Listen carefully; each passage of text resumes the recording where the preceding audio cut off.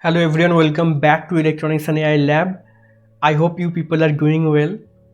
In this particular video, we're going to see the physical overview of ESP8266 Node MCU and its pinouts. So let's get started. So this is the physical layout of ESP8266 Node MCU board, and you can see it is consist of two PCBs.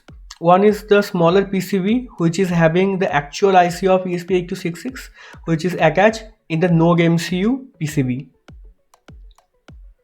So now let's talk about what are the ICs available in this PCB. So the first one is obviously the ESP8266 IC, which is capable of connecting to the Wi-Fi with a frequency of 2.4 GHz. Apart from this main IC, we have two more ICs. One is this voltage regulator IC, which will give a stable supply of 3.3 volt to the board.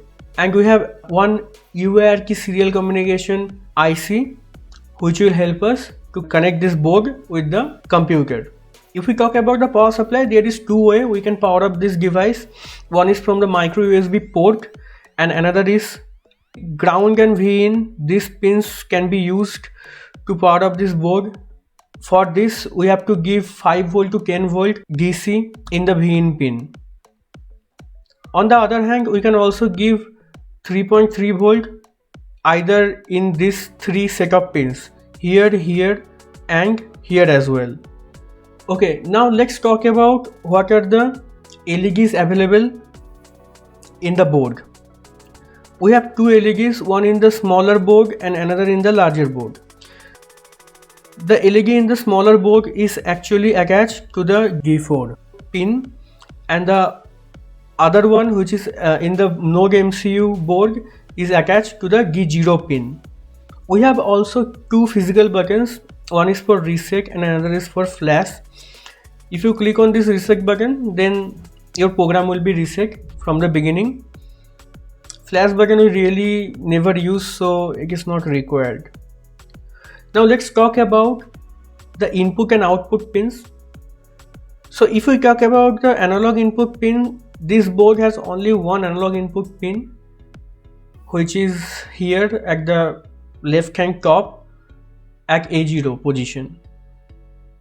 If we talk about the digital GPIO pins, we have total 13 digital GPIO pins from D0 all the way to D8, and also we can use this TX and RX pin and this SD3 and SD2 pins as a digital output.